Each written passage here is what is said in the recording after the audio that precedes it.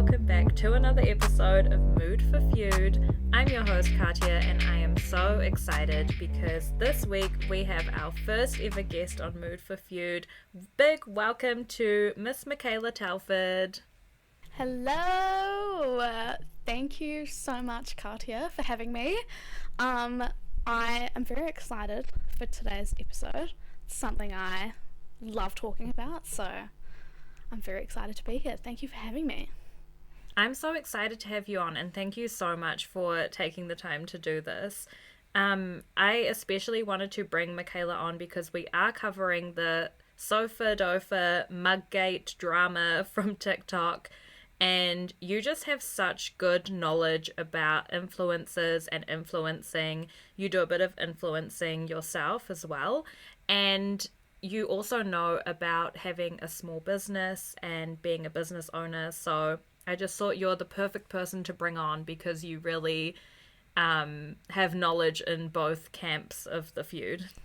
Yeah, I'm super excited. It's going to be really cool. I think I've definitely got a lot to say about not only obviously this feud, but like just what it's brought out, I think in general is really interesting. So I think there can be some pretty cool topics and a lot of questions that this whole thing has brought out, you know, regarding influencing, owning a business, you know, what it means to be a business owner, what it means to be a creator. It's just the craziest thing ever. You know, some small scandal can turn into such a big, like, society-wide issue that you're like, whoa. But yeah, it's gonna be good. And that's my favorite thing about covering these pop culture feuds as well, is sitting back and being like, okay, well, how does that actually impact the wider world? And yeah, like you said, this is such a good example of something that has impact in the real world. Before we get into it, did you want to discuss the work that you do or give the listeners an idea of some of the businesses you have? Sure.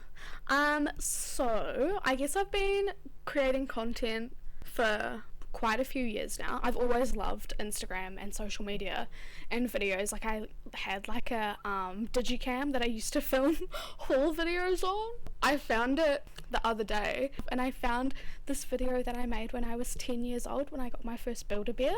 And I was showing the camera like all the angles of I made like a little dog and I was like, this is his left paw, this is his right paw. So you've been content creating since you were 10 years old. And the way like the selfies on there were just, oh my god, like gave me an existential crisis, I swear to god. But I guess I started taking it a lot more seriously when I moved to Australia because I was actually getting recognised by brands as soon as I moved here. So I've worked with brands like the Hoodie, That's So Fetch, Elias Skin, lots of businesses like that, which is really cool. It's super fun. I think, you know, it's all the brands that I've ever worked with have been on like a gifted collab basis. In saying that, I have had a couple paid ones which were awesome. There's so much that goes into it that I guess a lot of people that have never done content creation probably don't realise. Like, I know it's definitely not like working, but there is still like a lot of work that goes into it. So I've taken, I guess, quite a big step back from it now because for my job I do marketing management. So I do content creation, ads, meta, stuff like that. If you do know me, you know that owning my own business has been something I've wanted to do for like a long time. I did try to start this back in New Zealand, but the timing wasn't right, you know, the money wasn't there. Whereas now I can fully, with, you know, the amount of knowledge that I have in marketing now, because a lot of owning a small business is you gotta fucking know how to sell a product. So I guess with the knowledge I have now and, you know, a little bit more of an income coming in than what I used to have, the timing is just perfect. And yeah, so starting my own clothing brand just like everyone else, except it's not everyone else's, it's mine, so therefore it's going to be better. Don't take that out, no cuts. Absolutely. No, absolutely. I back that 100% of the way.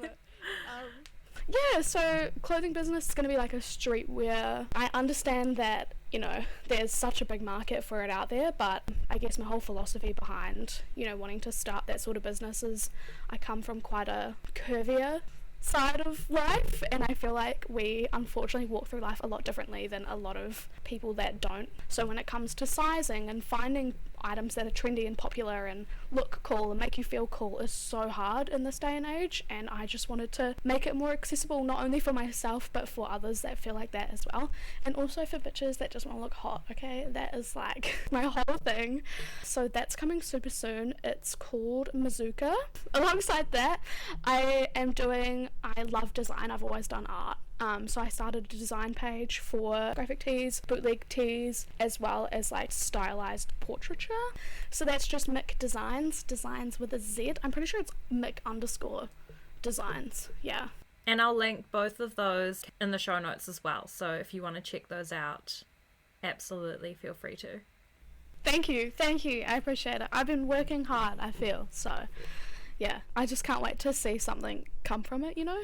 Absolutely. And it's pretty incredible that you've managed to have your own business on the side, work your full-time job in marketing, and then also do content creation. I feel like you somehow have 48 hours in one day. I don't know how you do it. It sounds like a lot, and yet sometimes on the weekends I'm sitting here and I'm like, feel like I should be doing something. Well, I think you're keeping extremely busy, and I'm definitely so excited to check out Mazuka when it drops. And I've been loving to see all the tees you've been designing on Mick Designs as well. Thank you. They're absolutely Those have gorgeous. Been really fun.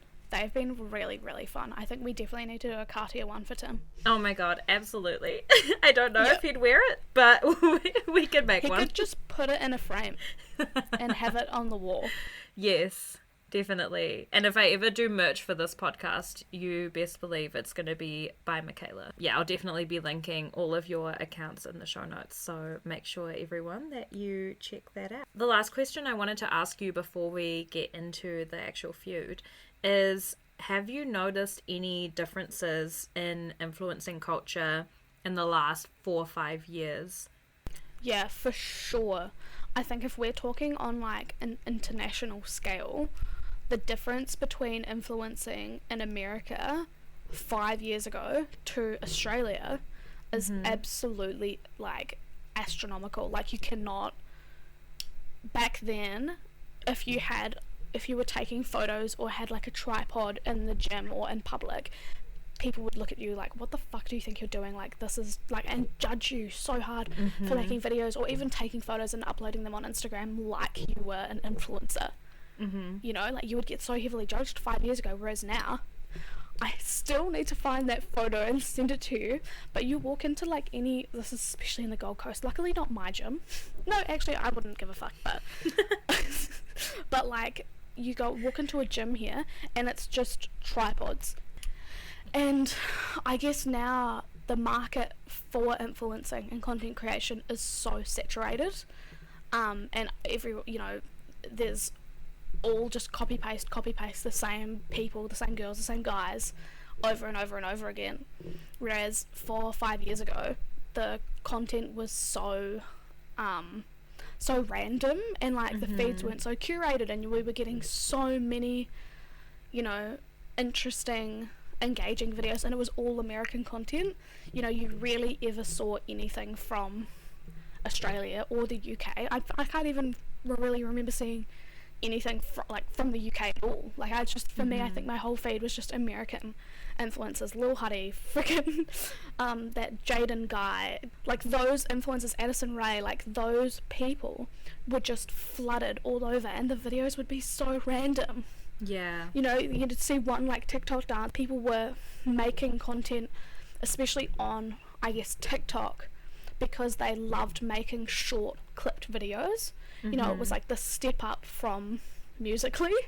You know, brands weren't quite involved then, and being paid, especially on TikTok, you know, it was way more, you would take your following from TikTok to YouTube, and then have YouTube as that platform where you would get paid, where you would have brand deals, where you would have monetization, like whatever, and then TikTok was the thing that you could actually have fun doing, and you could literally just pull your phone out and make a video, post it just because you wanted to, and then YouTube was the thing that you like properly like made curated content for. Yes. And now that's completely different. When you're starting out, you really do have to think, well, for me personally, I really think about the content that I'm making, which is sad because I feel like it shouldn't have to be so curated like that. But I think now, because brands are so eyes focused on that short form video content, you need to be able to engage someone in the first 3 seconds for them to be able to watch your video. And so brands are looking at that now and saying, okay, this is where I'm going to send my money, this is where I'm going to send my marketing. So of course people are going to do whatever they can to create the best content to be able to get noticed by brands. So I guess for me that's probably the biggest thing, is that now the market here in Australia is so saturated with creators, and we've really lost that like fun, just almost like fuck it aspect of TikTok. Especially, I guess Instagram has always been what it is. Instagram has always been, you only post your best photos, you only show like the best parts of your day. That's always been what it has been. I think especially because when Instagram started, it was so heavily pushing filters and things to edit or modify your photo to make it look better, and that in comparison to Facebook, that it was always focused on showing the best version of yourself.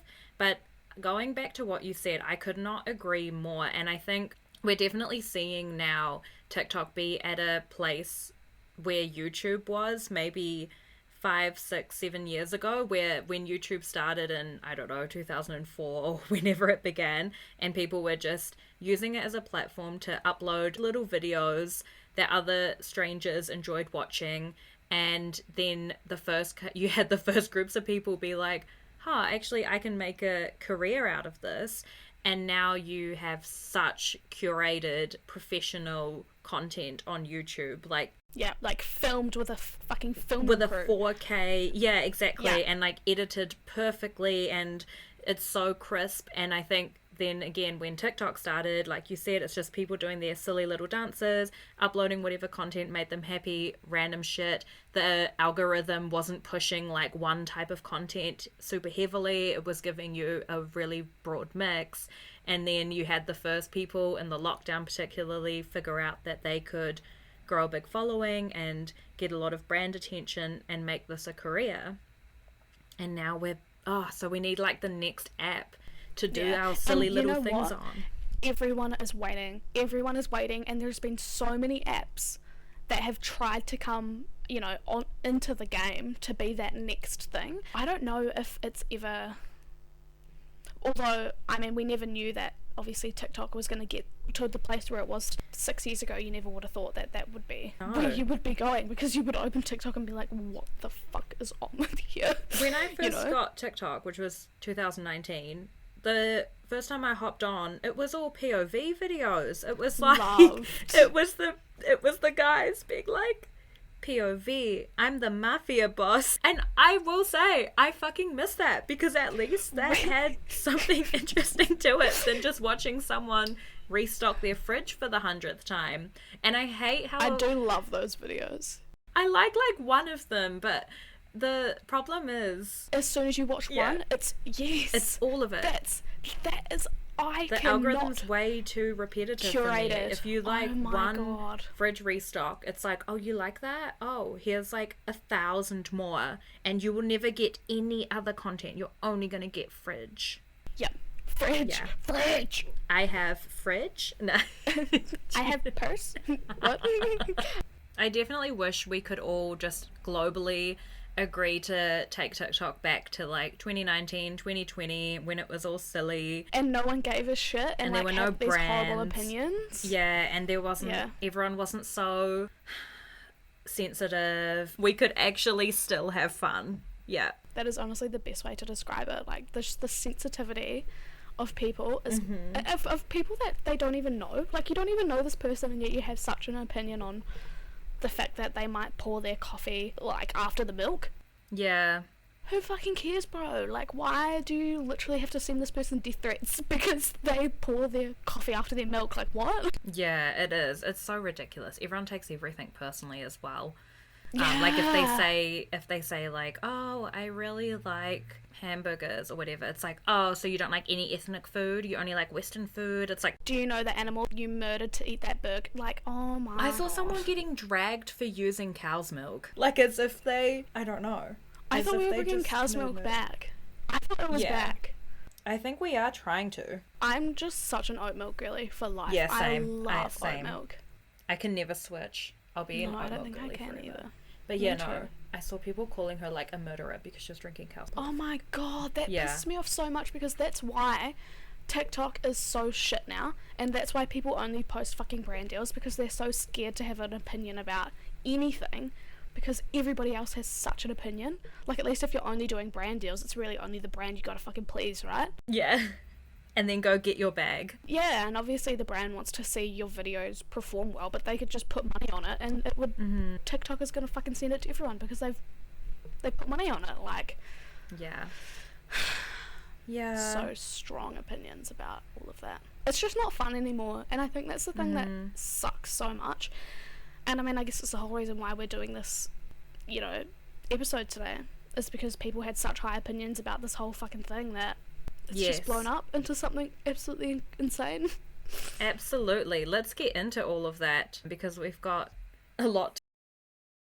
And we've already been talking for 47 minutes. Exactly. This happened last time too. What do you mean? This is our first time.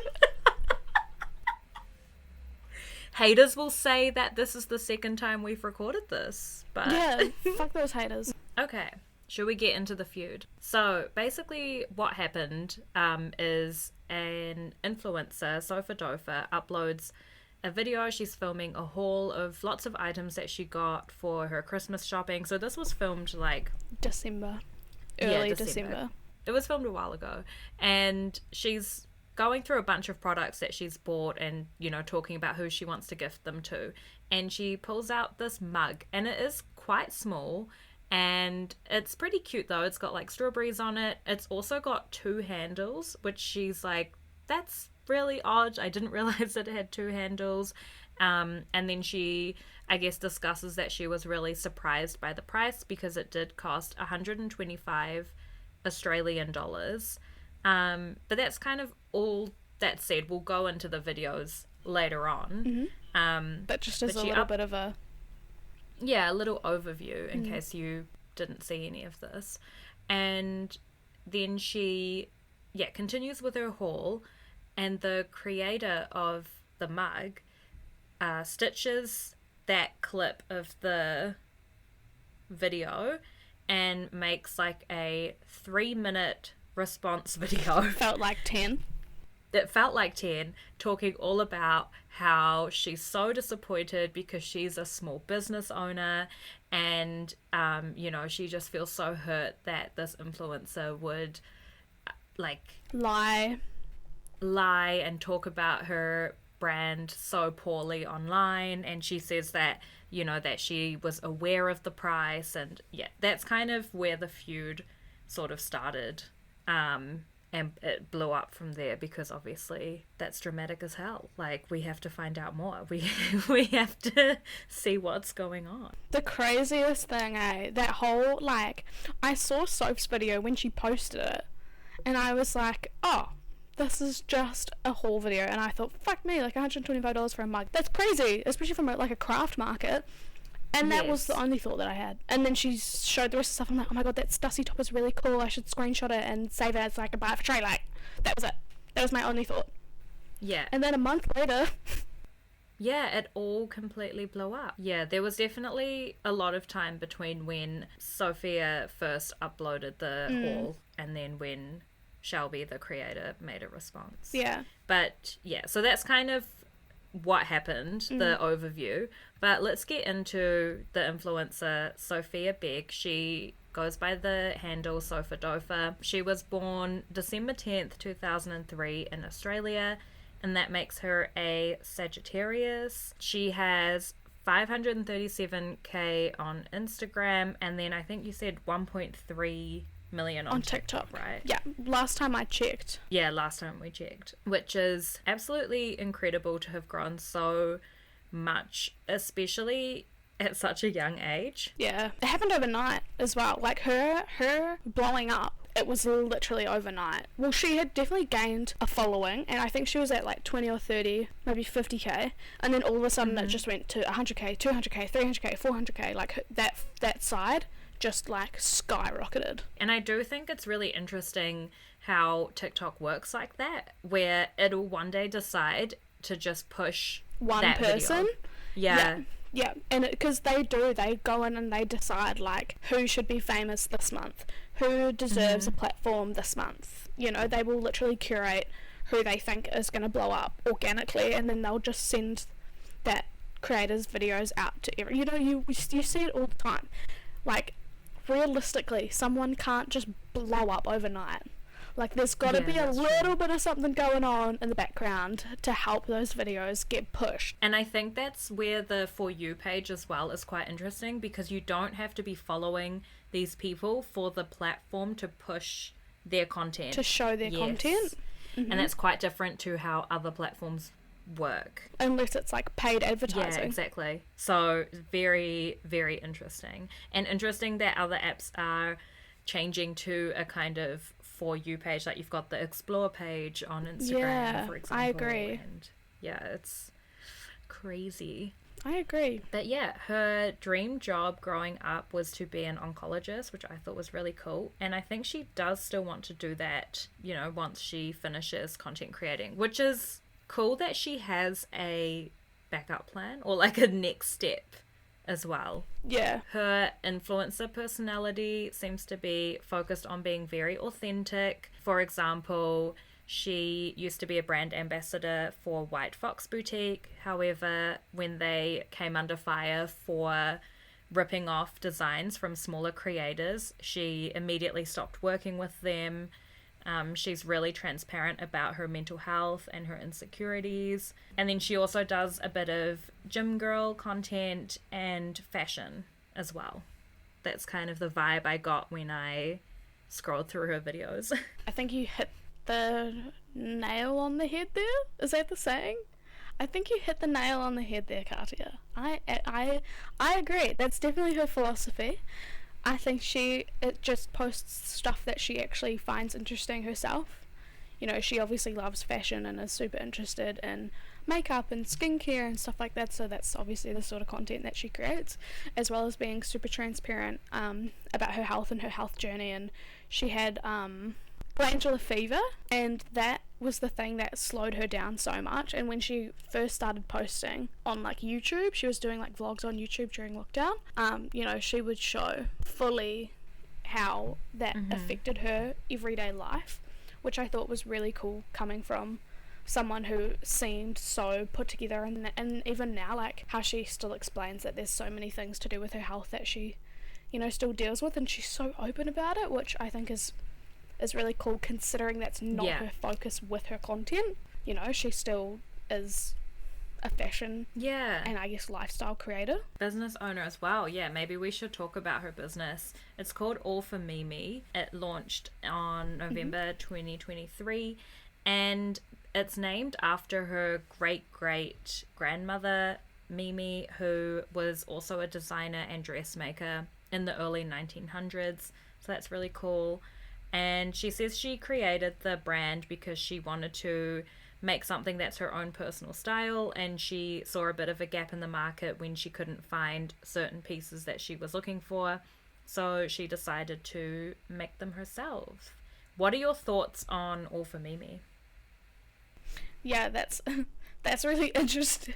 I don't know. I think that this is gonna sound real rogue, but I honestly don't think that there's any such thing as a gap in the market in this day and age. Like, everyone has already done anything that you've already thought of, and it's been done 30,000 times by someone who's already been majorly successful. And I will say, like, the pieces that I saw on All for Mimi, I wasn't like, oh, that is cutting edge. Yeah, I have never seen that before. Even her, I should say, she's focused on pajamas and swimwear. Yeah. But even her pajamas, like, they're so cute, right? But the designs got, like, teddy bears on it. It's not exactly something unheard of to have a teddy bear on a pajama set. Like groundbreaking. Or like little hearts, and the little hearts actually reminded me a little bit of the Jerf. Am I saying that right? Jerf Avenue? Yeah. Yeah, Jerf Avenue.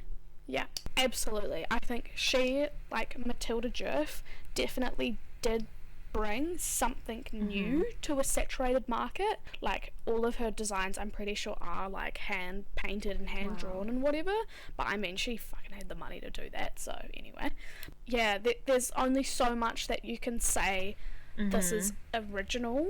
There's only so much you can do when to say like a proper, I'm thinking like fashion designer who grabs a piece of fabric, cuts out a pattern, draws exactly what she wants. That, I think, to me is like, that is a fucking original design. Finding like a pattern that you like and putting it on a t-shirt. No, I know exactly what you mean. And I think for me, I would never label my brand as a gap in the market.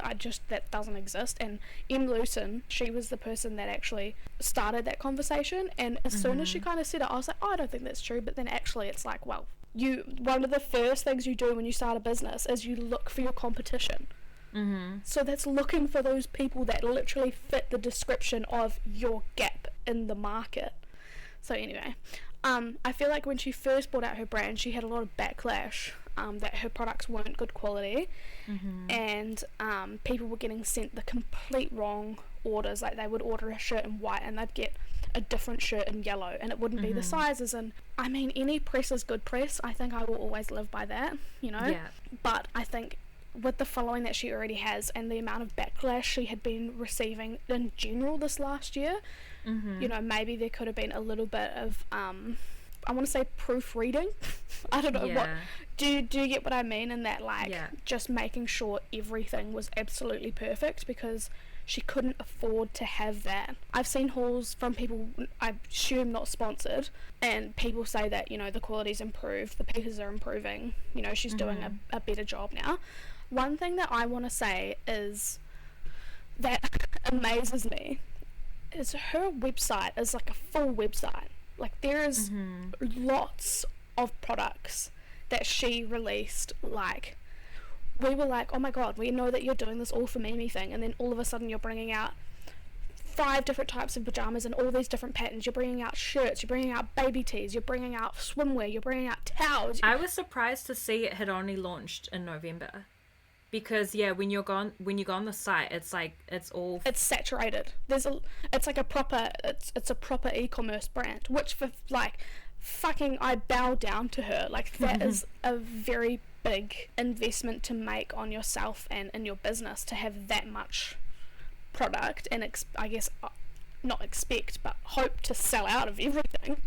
You know, that is just, oh my god. So when, you know, you call that a small business? Yeah, I mean, small business is like always a big grain of salt, especially when you're talking about an influencer business. It's just not exactly the same as somebody without a platform making a small business. Yeah, totally. Yeah, absolutely. I have a friend right now that's is starting a tanning, well, she's already started the tanning brand, but she's finally come to terms exactly with what she wants to bring out. It's called Femni. I'm going to plug that for her. Femni Tan. Yes, definitely. And, you know, I was talking to her about what she was going to do. Like, is she going to do like a hard launch, or what is, you know, how is she going to do it to sell it, like make it this big thing? And she's like, well, you know, people that really can only do that are people that already have a following, like hype it up heaps and heaps and heaps, because they already have that platform to be able to do so. Whereas I guess with people, I guess, don't have that, she's like, I just literally have to upload it and hope for the best. Like, put it up on the website, post as much content as I can, you know, do as much. I mean, she's like a marketing genius. Like, learn everything from her. My hat is off to her. She's an incredible woman. And she deserves to do well. But, you know, I do understand that it's like, we don't have the same, I guess, powers that these people that already have this massive following have when it comes to business. And I think that's where I kind of draw the line at, are you really a small business? Like, you've had so... We need a different term for it. People are using it as a thing to draw business in, which I think is really unfair. Like, buy from me because I'm a small business. I need your money. Yeah, I think everything you're saying I completely agree with. And again, this isn't like hating on her specifically for making All For Mimi. It's just like a general wider thing at the moment where you do have influencers and they're making all these brands, and like you say, you know, her one was criticized for being bad quality, and she's not the only one. I feel like a lot of influencers, because it's this thing, I need to quickly make something right now while I'm hot topic. Yes, and the whole thing is like not actually get back out into the actual workforce. Exactly. So it's like recognizing that they need to strike while the iron's hot.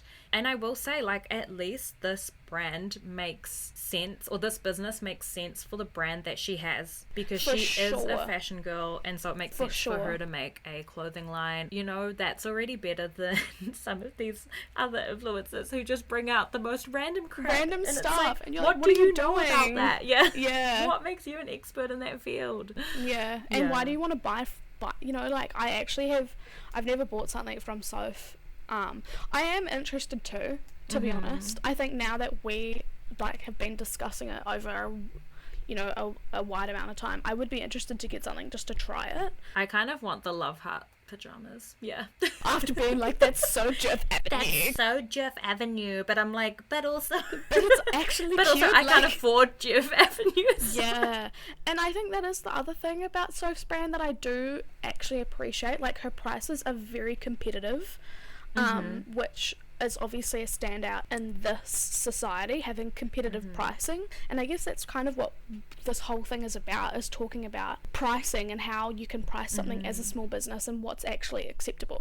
Yeah, absolutely. Because you're always toying that line of like wanting to price your stuff appropriately to recognize all the work that you've put into it and all of the overheads that you have in terms of sourcing the material, paying any staff, whatever it might be, wanting to have a bit more so that you can reinvest it into the business, and then not being so ridiculous that it's like, you know, I feel like it's actually so much more expensive to support handmade small businesses. They used to be the place you'd go to like get a good deal or get something for cheap, and now it's like absolutely not, because we've got places like Kmart, the Warehouse, these massive mass-produced, like, online marketplaces like Shein and Temu and AliExpress. Exactly. And so it's just really driving up the price of small businesses. And again, it's so difficult to shop consciously, to be an ethical consumer when you don't have the income to be able to support that. You can't afford to. It's a luxury to shop sustainably. Like, it truly is. And I think, like, that is something when I bring out my business, I will understand that people will be investing in me, because I won't be able to charge like $40 for a hoodie. There's no way. You know, my products are probably going to be upwards of like potentially $150 for a jersey, just so that I can make sure that I can invest as much as I can back. Well, I don't think they're going to be that expensive, but they could be, because that's what I have to charge. Yeah. You know, and I think when we're talking about this feud, and you know, I guess kind of spoiler, when Shelby was discussing her, you know, going so into depth about why she charges what she does for the products that she creates, you know, I shouldn't then have to go into that much depth to explain that to someone. But I know that say you were investing in me just as much as I'm investing in you, you know, as the luxury of supporting small business. Absolutely. One more thing I want to say about All For Mimi before we move on is that I was really pleasantly surprised to see that you know, they say that they're all about diversity and inclusivity, and that the clothing is for everybody, and truly their clothing goes up to a notable plus size, and they've got plus size, like proper plus size models that are all over the website, and it truly just makes me so happy, especially as like a curvy girl myself, you know. It's really important for me to see what is this item of clothing actually going to look like on my body. So I will say I do give her big props for being a properly size inclusive brand, because it's so rare, and it's so ridiculous that it's rare. And you know another company that has just really blown up for doing that is Fate the label. It's also an influencer owned brand, well, content creator owned brand. Her name's Brittany Saunders. She is like the coolest. I feel like it's just the people that are genuinely just really fucking awesome that own these brands that are actually inclusive to like everyone.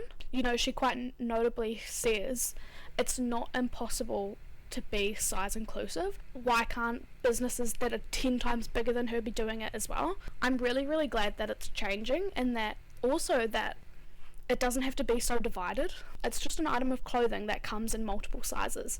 It's not you have to shop at a different store in a different range, or you're classified as this type of person because you're in this size group, and you just shop like normal, like everyone else. And that's how it should be. It's kind of crazy that we even have to commend brands for being size inclusive, because it should just be normal standard. It's the bare fucking minimum. And it is disgusting that it's so rare that I still have to be like, oh my god, there was an actual plus size model on the website. That was amazing. We're moving in the right direction. But as always, things can always be done better. But I thought it was important to highlight that, because I agree. It makes me respect a brand so much more when they can be like that. Same. Because it's like, okay, cool, your clothing is actually for everyone and not just for certain type of person. Yeah, and it's not just using that as a thing to say. Like, oh, we make clothes for everyone. Like, no, we genuinely can support and we're going to highlight it. It's not just like the sizes are available, but we're not going to put the model on the website. Actually celebrating different bodies.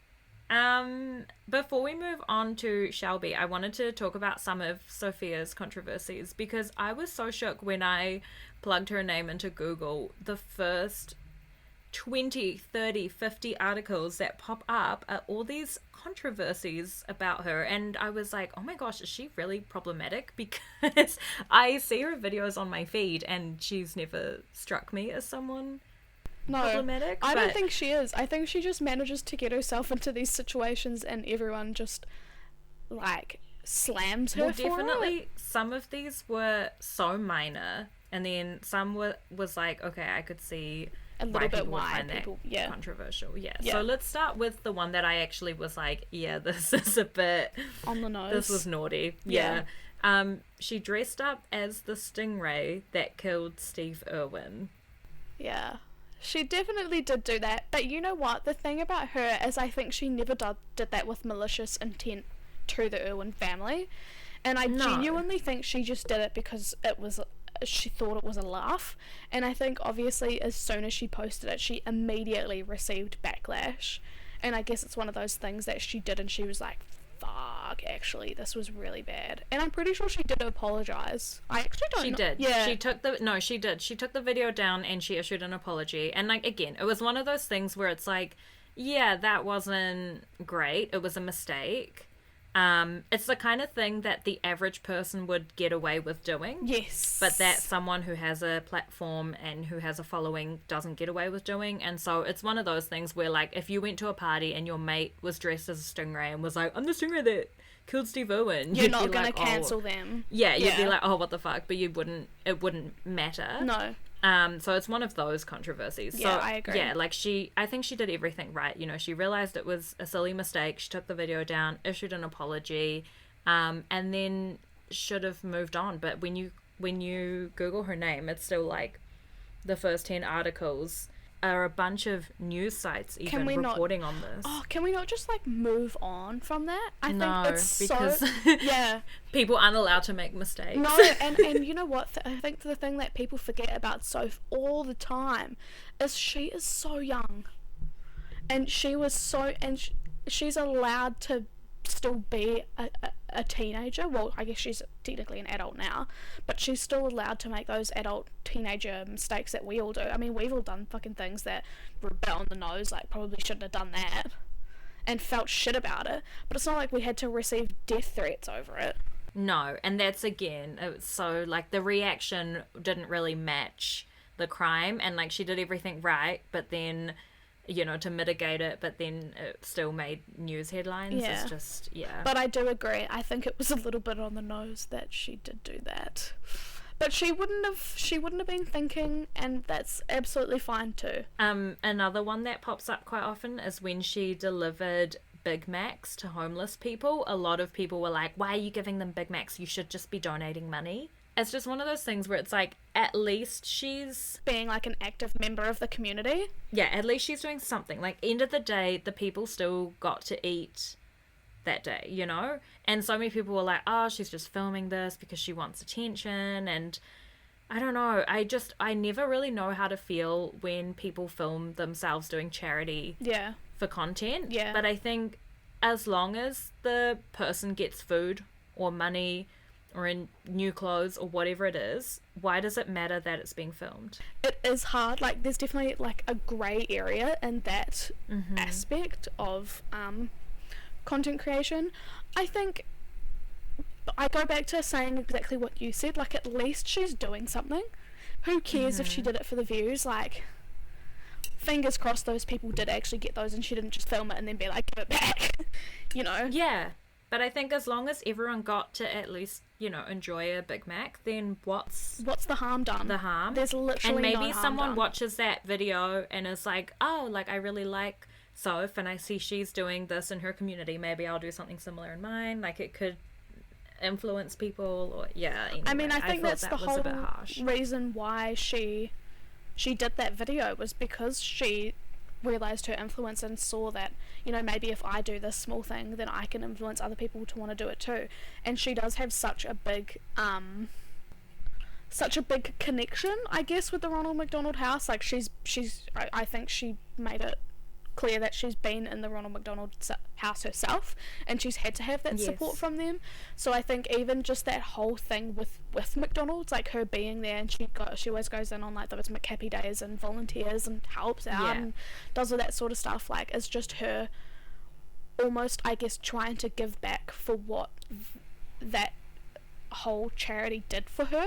Absolutely. And even with All for Mimi, she donates parts of the profit to the Ronald McDonald House. Like, she's very strongly affiliated with that. Yeah. And so it's not completely left field for her to be doing this kind of content showing charity when she's already made that part of her brand. Yeah. You know, that she's very charitable and she enjoys giving back. But man, people will just find anything to complain about. Honestly. Yeah, I agree. And then the last controversy, which this is the most ridiculous one, is at the 2023 TikTok Awards, she has an awkward interaction with the ABC presenter Tony Armstrong. He kind of comes up to her in the crowd and he's like, you know, SophaDopha's here and oh, you're looking, you know, stunning tonight, or something like that, something very generic. And she very jokingly says to him, are you flirting with me? Oh, like, Tony, stop flirting with me. Yeah. Oh, yeah, that's what she says. Something like Tony, that. Stop flirting with me. Like, very tongue-in-cheek. It's like the kind of thing you'd say when someone's definitely not flirting with you. Like, that's the whole joke. I sometimes joke like this as well. Like, you know, same. if someone's like, gives you something that's like really generic and you're like, oh my god, stop, you thought about me? Oh my god. Yeah, exactly. And then all the headlines were like, SophaDopha accuses Tony Armstrong of flirting with her, like as if it was so serious. And part of it's definitely because he also didn't take the joke. He was literally like, oh, did you not just see my hard launch? Or something? Yes, he was like, were you not on Instagram yesterday? I hard launched my girlfriend or something like that. And I was like, you fucking wish SophaDopha was, you know, you wish. It was the weirdest reaction. And you're a TV host. Like, he should have known better. He should have fucking known better with his response, because everything is good TV. Like, people would have loved that. They would have thought that was so funny. And I honestly don't think his girlfriend would have taken offense to that. It was so clearly a joke. Yeah. And I'll post a clip of it to my Instagram just so everyone can understand. But when I first started seeing the headlines being like, oh, influencer accuses Armstrong of flirting with her, blah blah blah, I was like, oh, it must have been really awkward, it must have been really bad.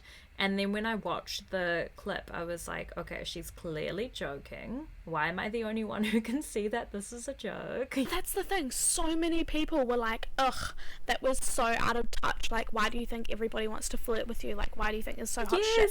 And I'm like, this is her first, I don't know if it was her first award show, but to be at like the TikTok Awards is like obviously a pretty big fucking accomplishment, to be nominated everything. And to be sitting on that front row when you know that you're going to be targeted, like, you know that someone is going to come up to you and fucking say something. Imagine the pressure that you're feeling to not say something stupid, or to make sure that you're sitting correctly, or your legs are crossed, and you know, your hair still looks good. Like, imagine that fucking pressure, and then for someone to come up to you, put you on the spot and say, "Ah," and then you just make a comment that you think is going to be funny, which people did laugh to, I think. And then you just see her go red and she's shaking. And part of being a good presenter is making everyone feel comfortable. And yes, I agree. Like, if you're a presenter, it's not the time to be like, what did you just say to me? Yeah, I feel like she was just being unfairly dragged in general at these awards, because there were also articles about how she applied her fake tan unevenly. And who cares, yeah, bro? It was so ridiculous. Find something real to, like, to report on. Yeah. No one gives a flying ass about someone's fake tan. Well, obviously some people do, and those people need to fucking get a life, I swear to God. So that's a little bit about Sophia. Let's talk about Shelby Sherritt, who created the ceramic mug that caused all of this scandal. Shelby grew up in regional Victoria, surrounded by native bushland, and then this also inspires her for the ceramics that she designs. In 2016, she was diagnosed with cancer, and she found that when she was working with clay, it was quite therapeutic for her. And so working with clay became like a practice to heal and give her a mindful space to work in as she recovered. And then from there, she decided to start her own business, creating these ceramic art pieces. So that's kind of how her business came to be. Have you seen her designs? Yeah, I think what she does is really, really cool. I agree. Definitely resonate a lot with finding, you know, peace and healing in art and creating things. It's definitely is a very healthy escape from, you know, what, you know, she might have been going through, or just people in general. It's such an outlet, for sure. Yeah. And like, it's just so respectable from her. I think I don't know, I just really relate to that, you know, finding peace in something so creative and being creative and using your hands and, you know, getting like all these things that were in your head just out onto paper or on clay or whatever it is that you might be, whatever medium it is you might be using, is so healthy. And for her to start something like that from something, I guess, so that is such a horrible thing, to scale to where she is today, is very, very admirable. It is honestly quite amazing. Yeah, definitely. I also think I just want to add her following into this as well. I think that's probably a good thing for people to note.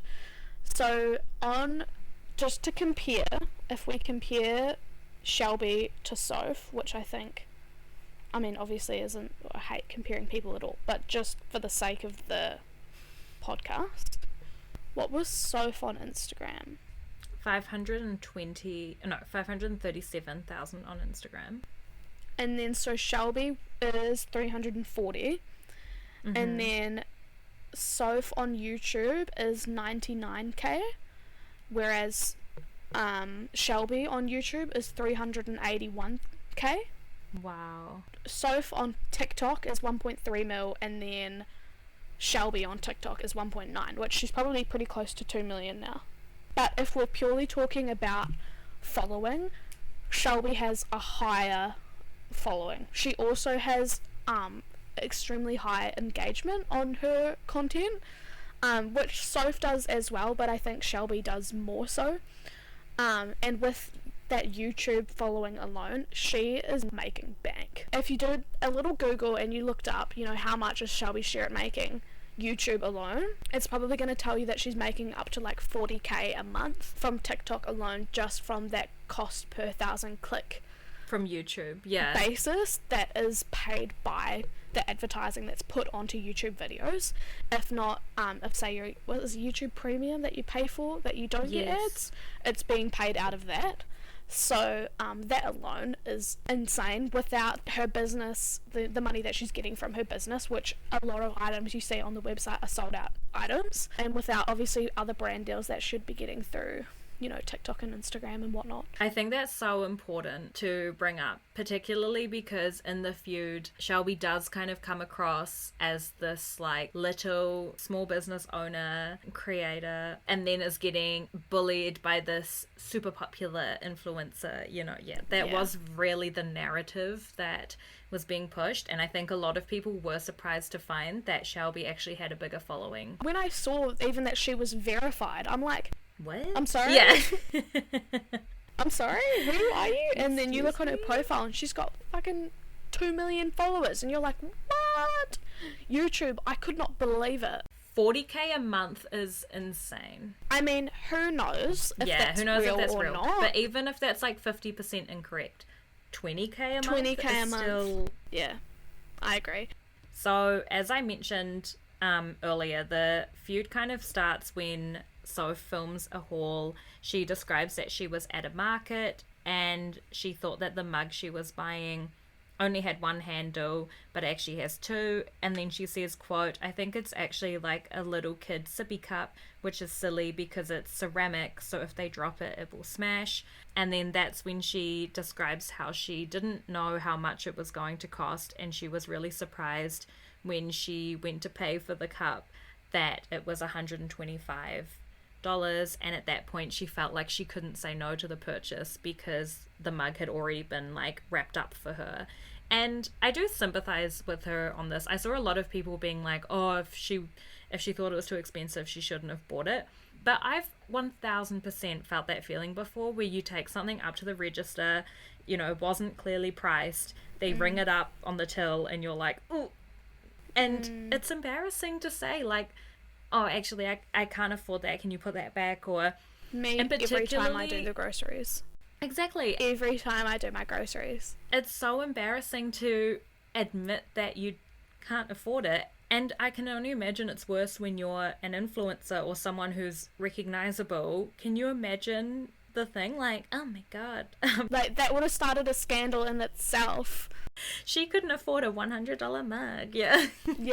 Yeah. And I absolutely, like, that would have fucking been a scandal in itself. So I feel like she almost stopped the scandal by just saying, okay, like, all good. Yeah. And I agree. The amount of times that I have been also in that position, and I think anyone listening has probably also experienced that at least once in their life. I guess it just fully goes back on saying, you know, to shop small businesses is a luxury these days, and it is.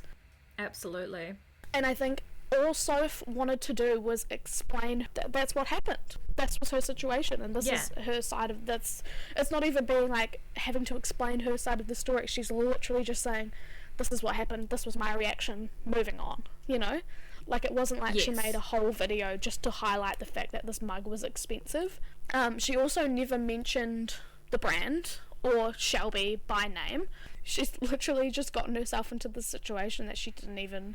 It wasn't on purpose. Yeah, and it is important to note that it was like an 8-minute haul video all up, and the time she spends talking about this mug is like 1 minute of this, if even that, of this entire video. And like you said, she doesn't call out the brand, she doesn't call out Shelby, she doesn't make the whole video about how ripped off she was with this mug. She's just explaining the story behind when she purchased it, and then she moves on. It's it wouldn't have, like you said, you watched it in real time when it first dropped, and you didn't think... I didn't think anything of it. Like, at all. And I don't think anybody else... Like, I look at... I mean, I can't remember that far back, but I'm pretty sure I would have looked through the comments, and no one was saying anything about, like, the price, what it cost, whatever. Like, no one was... It was such a small moment. Yeah. And then all of a sudden it just fucking blew up when Shelby posted her response. Yes. I do think another important thing to note is the specific market that she went to is a market in Melbourne called the Finders Keepers Market. And this is a market that comes like once a year around Christmas, I guess, for small businesses to use as a way to, you know, make a little bit of extra money at, you know, in the busy season when people are buying gifts and want to buy like cool, I guess, quirky little bits and pieces. So the Finders Keepers Market welcomed 200,000 people in their market last year. Imagine the amount of money that came in and out of that place. Like, one customer to buying a $125 mug for it to blow up this much in the scale of things. If that never happened, it would never have mattered because Shelby was going to sell that mug anyway. You know? Yeah. So, like, I guess to have it be such a big thing.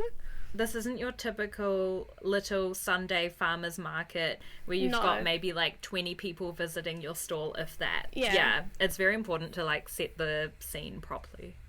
And later on, Soph responded to Shelby's response and said that she had to stand in line and wait to even be able to be served at this place. So of course she was going to feel the pressure of having to pay because she had a line of people waiting behind her to be served and to be able to purchase as well.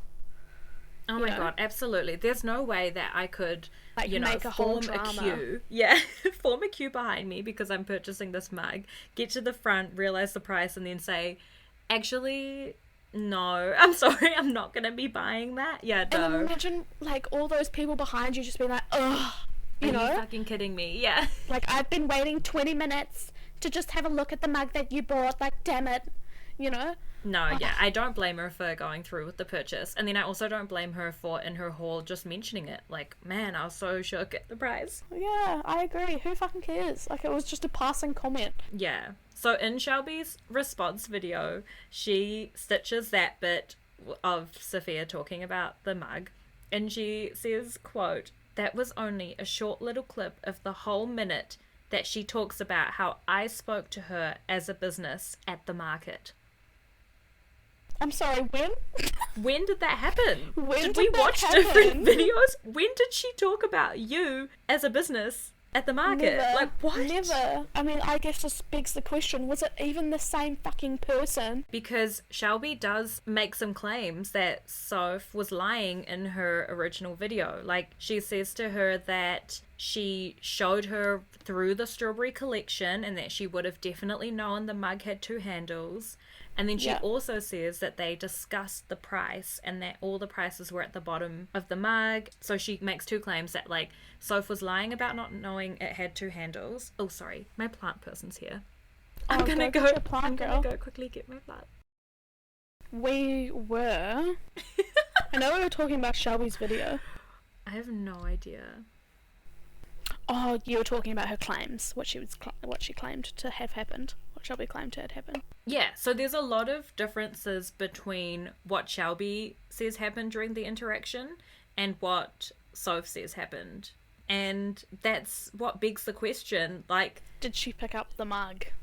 Yeah, and did this interaction actually happen between them? Because when Soph makes a response to Shelby's response, she says that she's so confused why this is even blowing up and why Shelby is so upset with her, and that she was served by someone with long brown hair, right? Which Shelby doesn't fit that description. So do you think that's what happened? Like, do you think Shelby genuinely just got her mixed up with another influencer? Because I will say, like, Soph isn't super distinct looking. Yeah, I think there's so many, especially in Australia, like, every other girl you see has long blonde hair. Like, every other girl. And, like, so similar body type. Or even just be, like, on the slimmer side. There's so many gorgeous women in Australia as well. Yeah.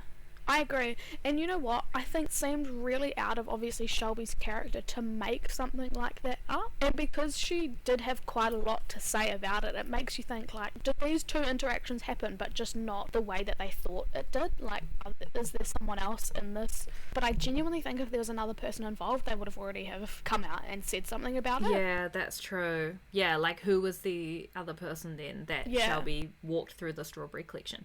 I think you're right. It's, like, unrealistic for either of them to be lying, because it makes no sense for Soph to just make up this whole story about 2 handles and the price being expensive. I think her story, it's not to fault. Soph genuinely bought a mug with 2 handles and it genuinely was $125. But I think the thing that is up for debate is whether or not she did get told the price. Was she aware of the price? Was she aware that the mug had 2 handles? But then again, like, if she did, why would she say that in the video? Unless that she felt like she had to explain herself. But she was going through items really, really quickly. Like, I feel like, to me, in that video, it just seemed like she was just saying, like, just speaking and not thinking. Like, she's talking on the fly. Yeah, for sure. Shelby's video had intent, like she intended to go on there and just say what she thought happened, which she has all the right to make a fucking video explaining what she thought happened. But in Shelby's video, she goes very into detail about her pricing and why she charges what she does, which I think she has all the right to charge whatever she wants to charge. You know, as a business, I understand that, you know, you've got a lot of things that you have to pay for, but at what point are you trying to sell to someone else and not try to sell it to yourself? Like, why do you feel like you have to explain that? I find it so strange that she got so defensive about her pricing, because end of the day, like, when you're a business owner and you put out a product and you price it, other people are allowed to have the opinion that your things are too expensive. That's a completely normal opinion to have, and you can't get butthurt just because someone one time says that they thought your product was a bit expensive. End of the day, you get to price it however you want to price it, and taking into account the hours that you work on it, the creativity that you brought to making the design, the tax that you pay, whatever. But that's none of the consumer's business. Like, they don't need to know, they don't need you to justify why your stuff's expensive. Yeah. I don't know, I just find agree. that so strange. Like, you have all the more right to charge that price. Be confident in it. Yeah, you know, be confident in that you're selling a product at this price because you would pay that price for that product. Because your product is worth that price. Yeah. Exactly. It's worth investing in. Like, I don't fucking care that you need to pay your staff's wages. I want to know more about, like, you as a person. Like, who am I actually... I mean, this is the thing. Like, Soph had a split-second decision. She didn't have that time to build that connection as a consumer. I guess that's the massive thing with the internet these days, is you can build connections with these business owners, you know, and be able to invest in that product that you want to purchase even more. But Soph had a split-second decision to make whether or not she wanted to purchase an item from the stall, which she did. She lined up for. She was investing in it more just by waiting. And then she gets to the time, she picks something that she likes and she purchases it off of a whim. It's more expensive than what she thought. People aren't dumb. Like, they know that you can't just make something and then sell it for the price that you made it. Like, she just played too much of a victim. Yeah, she played too much on the victim complex.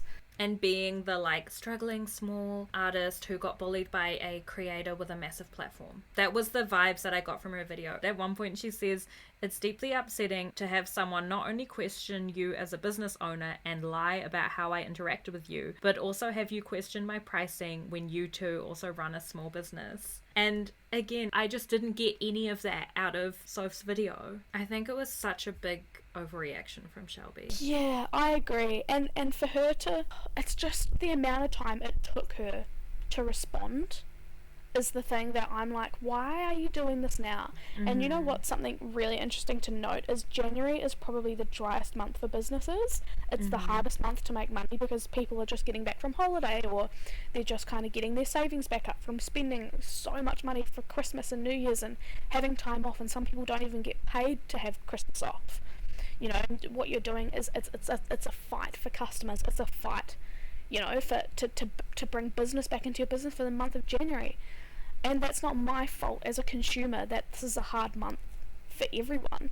I shouldn't have to feel guilted into a purchase from you because one girl said, "Oh my god, that, you know, that mic was $125. And to me, this is personally my personal opinion. I genuinely think she did this as a way to boost sales for her brand, so people would feel sorry for her and purchase from her business, which I just absolutely cannot deal with. I don't know Shelby personally. I can't speak on that if that genuinely is what she did and what her intention was. If she was truly upset with Soph, she could have reached out to her personally. And off the internet, like, you knew what you were fucking doing. You had the intent to put your phone on record, to write a caption, to post it, to reply to comments. You had that intent to make that video. What I want to know is, like, what did she think she was going to get out of it? And was that sales? Was that her trying to, you know, bring attention to her business? What this video is doing, it's just like pulling on your heartstrings and making you feel like you have to feel sorry for her. And I just don't resonate with that. That's not the sort of person that I am in this world. I can't. And you can tell she takes all of her products very personally, because in her response to Soph, she does say, like, if you are unhappy with this product, I'd be more than happy for you to return it and to give it to someone who's gonna appreciate it. That's such an odd thing to say. Like, you're not allowed to buy her products unless you're absolutely obsessed with them. She does give me, like, in some of her videos, like, a very sweet, like, probably someone that you could sit down and have a coffee with and it would be nice, but I feel like she'd just be that sort of person that is always, she's never 100% happy. She kind of gives me the vibes that obviously she came into making ceramics during a really tough time, and so Yeah. I feel like she puts so much of herself into her work, which is obviously great. Like, that's really important to do as a creative, but I feel like the result of that is that she takes everything about her work very personally. Yeah. And as a business owner, you have to be able to separate yourself from your business, so that in moments like this where someone not even like criticizes but has something to say about your business, has an opinion that might not be positive, that you don't absolutely melt down about it and you don't absolutely take that as someone attacking you. It's constructive criticism at the end of the day. You know, like, it's all things that you need to take into account as a business owner. You're never going to be able to please every single person, and you can't control your audience either. Yes, 100%. And maybe, you know, what she could have taken from Soph's video is, at the next market, I'm going to make sure that there's a sign that says two-handled mugs, $125, you know, like, that would be the way to learn or grow, or that's the reaction to have from this video in my mind. That is the other thing. It's like, why was your pricing not more transparent? Yeah. Should we talk about some of the internet reactions to this feud? I'm having this thought as I speak. I will say, initially, a lot of the internet reactions I saw on TikTok were very pro Soph. Like, they were saying, oh, that's fucking ridiculous to spend, you know, for a mug to be that expensive. And maybe that's why Shelby was feeling really defensive about her pricing. I don't know. I'm just thinking this now. Do you think they're part of why she felt so defensive? Yeah, I think maybe she felt like she had to explain herself. But in the same time, like, time and place. Yeah, and again, like you said, why now? Like, why bring this video back up 2 months after it was filmed and posted? Such a different way that she could have gone about that. She could have made a video and just pinned it to her page saying, this is the amount of effort that I put into my mugs. This is why there are a lot of variables that go into why I charge my price. And as a consumer, that's up to you if you want to purchase. I would never want anybody to feel pressured into purchasing. You know, I'd never want to put that onto someone. Pinned it to her page, someone could watch that straight away and know instantly, oh my god, okay, I know I'm going to be paying a lot for this item. Yeah, exactly. And again, it's a handmade ceramic. Like, of course it's going to be expensive. It's not the type of product you buy because you're like, oh, I need a new mug to drink my tea. Oh, I'll buy this handmade ceramic. Like, you buy it as a more special gift. It's not like you buy it because you don't have a mug, you know? Yeah, I agree. So, I don't know. Yeah, like I said, initially I saw a lot of people being very pro Soph, but I did see, especially on Reddit, a lot of people were very pro Shelby. I think it's interesting that a lot of commenters were also artists. So they were saying, like, I'm an artist, or I make ceramics, and I understand how difficult it is, and I know why she's so hurt and upset at Soph's videos. So, like, again, it's people who create things that are super personal to them and that they can't take a step back from. Like, I would feel better about creating a conversation and, like, building that, like, wow, like, why does this really cost that much? Like, I'm gonna buy it and test it for myself. Or this person obviously has invested so much into themselves and their creations that they obviously think that's worth this much. And you see fucking paintings being sold for millions of dollars. Do you think that artist cares about one fucking person saying that's too expensive? No. I have a diploma in art and design, and one of the biggest things we learnt was, like, you always have to take criticism constructively. And it's unrealistic to think that everyone's going to love what you do. That's like with this podcast. I know that there's people who are going to listen to it and be like, nope, not for me. And that's okay. And that's fine. Like, of course it's not going to be for everyone. How do you cater for everyone? Like, you just can't. So you just have to focus on the people who do enjoy your products and create for them. And also create for yourself. Yes. Like, you're doing absolutely. this because it's something that you love and you enjoy. Do it for you, and exactly what you said, like, do it for those people that do love you and do support you and love your business and want to invest their hard-earned money into you. Like, you know, like, someone has worked so fucking hard and they want to spend that money on something that I've done. And, like, Soph did that. She still spent that, and she even actually showed your fucking product in her video. God, the amount of attention and sales that Shelby would have received from this whole thing is just... Yeah, like, she highlighted your product, and someone would have watched that video and been like, yeah, that might be expensive, but I actually don't, you know, I have the means to spend $125 on that mug. I love the strawberry design. I'm gonna go and figure out where it's from.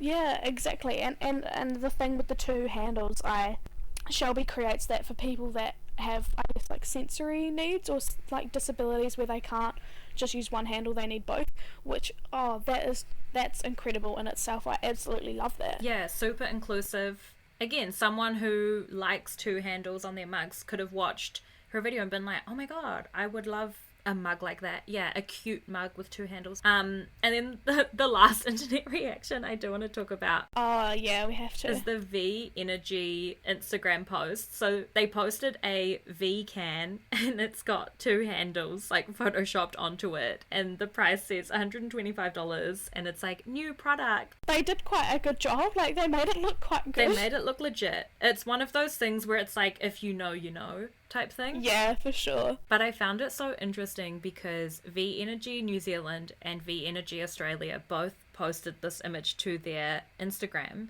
and the comment sections could not be more different. More divided, yeah. To me, that just shows the difference between Australia and New Zealand. Like, though we're cousins, we're not the same. No. So the New Zealand comment section was generally finding it quite funny. They were like, haha, this is, you know, this is so crack up, if you know, you know.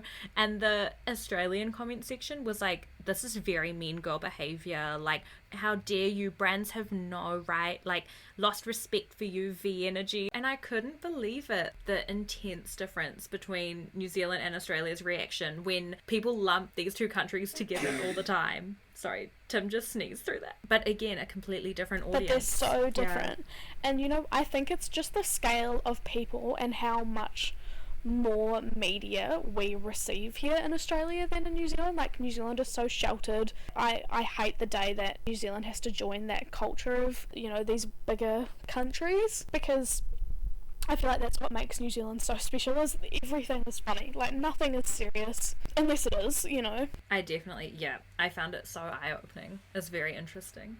Okay, what are your final thoughts? I think you should give your final thoughts first. I guess my final thoughts would be, I think we're both pretty aligned on, like, the whole scale of this situation, that Soph had all the more right as an influencer to show a product that she bought and be surprised by the price and be surprised by the product or whatever. Like, she's a content creator, that's what she does. I think that she should be able to be transparent and honest with her audience about her life experiences. And that's what we want as viewers watching that content. We want to know your real life interaction. Yeah. If we've gotten to this point in society where people can't have views on stuff as simple as the pricing of a cup, like, where that begs a bigger question, like, where have we gotten to? And then I guess for Shelby, my whole thing goes back to marketing, and because I do marketing and have done social media and, you know, I'm trying to start a business, I just look at that, I just look at her video as unprofessional. I think this whole thing could have been resolved with an Instagram DM for her to just say, like, hey, like, I'm really sorry that you had this experience, you know, I just wanted to explain to you, this is why I charge what I charge, and I'm sorry that you had a bad experience. Yeah, done. If she felt like she had to go that far at all, you know, I just honestly, the thing that gets me is, who are you trying to sell your pricing to? But I think you can charge whatever you want. Like, just be confident in your pricing, be confident in your product. When you have that much of a platform, you've got to be very careful about what you say and who you bring into things. Yes, because you're creating as your business and not just as you yourself. Abso-freaking-lutely. I just want to know, like, why'd you make the video? And what did you think you were going to get out of it? Shelby, if you're listening, slide in and send DM to @MudeForFeud on Instagram. Yeah, I had very similar final thoughts to you. I agree that Shelby can price her products however she wants, and more often than not, artists tend to underprice their items, and so I think it's good that she's recognizing that her labor needs to be factored into the final cost. Her creativity needs to be factored into there for designing it, her skills as an artist to hand paint, yeah, the whole thing. I agree that she can price that to reflect the work that she puts into it, and to own that, to be like, yeah, this is worth $125. And then I guess the other big question that this brought up for me was like, who do we want our influencers to be loyal to? Like, should influencers only promote and discuss brands in a positive way? Like, do we want them to be like a walking billboard where everything they say is like, this is the most amazing product, like this is the most amazing mug? Or should they be loyal to their audiences and their followers and give honest reviews and speak freely about their products? So it's like, we need to pick, what do we want our influencers to be? Because we can't fucking torch them when they give their honest opinions, but then also get annoyed with them when they just endorse everything. Pick. Yeah, absolutely.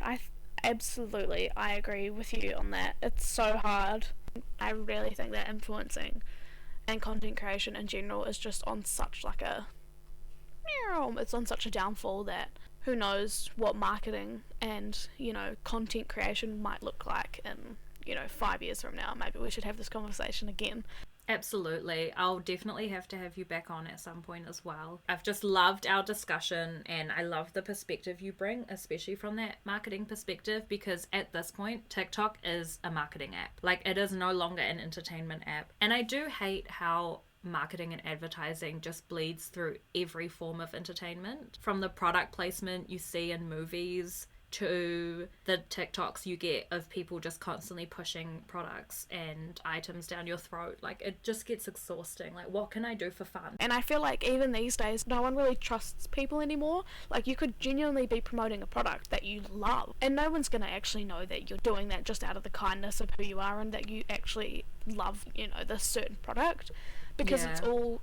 everything is marketing and everything is advertising. I'm just gonna think you're on their payroll if you're saying something. Yes, good. Which is really sad. I feel like people that probably don't see things or haven't really done marketing or don't know much about it probably won't think that, which I like. I would love that ignorance is bliss mindset, but it's just, you know, you can't get away from it now. It's just literally slammed down your throat 24/7 wherever you're looking, no matter what app you're on.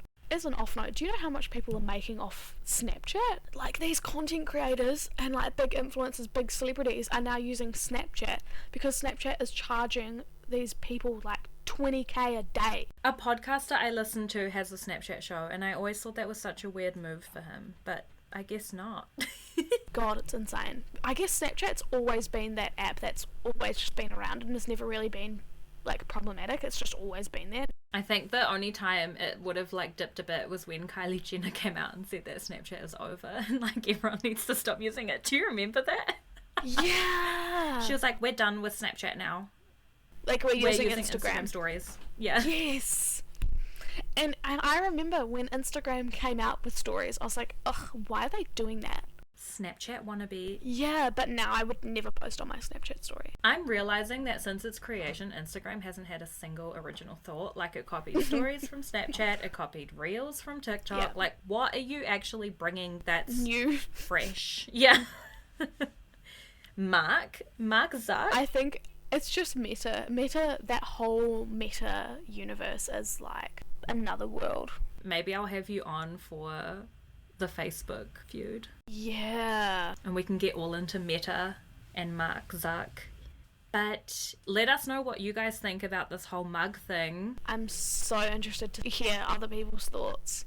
On everything, like, do you feel like you're constantly being sold to on the media, or Carty and I just hyper aware? Yeah, are we just being a little bit oversensitive here? Like, yeah, I'm really interested to hear people's thoughts, especially if you didn't know anything about this feud. Oh yeah, if you're going into it fresh, I'd love to know. Slide into the DMs at Mood for Feud on Instagram and give me a follow while you're there. Absolutely. And just quickly, I just want to say how fucking proud I am of Katia and how amazing she's doing. I listened to every single episode, and if you haven't already listened to every single episode, pause. Actually, we're probably only going to speak for another few minutes, but listen to this and then literally listen to every other single episode, because she is doing crazy amazing things and is going thousands of millions of miles with this. So oh my god, stop. That's so nice. You're gonna make me freaking cry. That's so sweet. Thank you so much, and thank you so much for being here and for being so supportive as well. Like, it's freaking rough to do something creative and put it out into the world. Yeah, and you're the perfect person for this. Like, when you said that you were bringing out a podcast, I was like, oh, it's fucking long awaited. Like,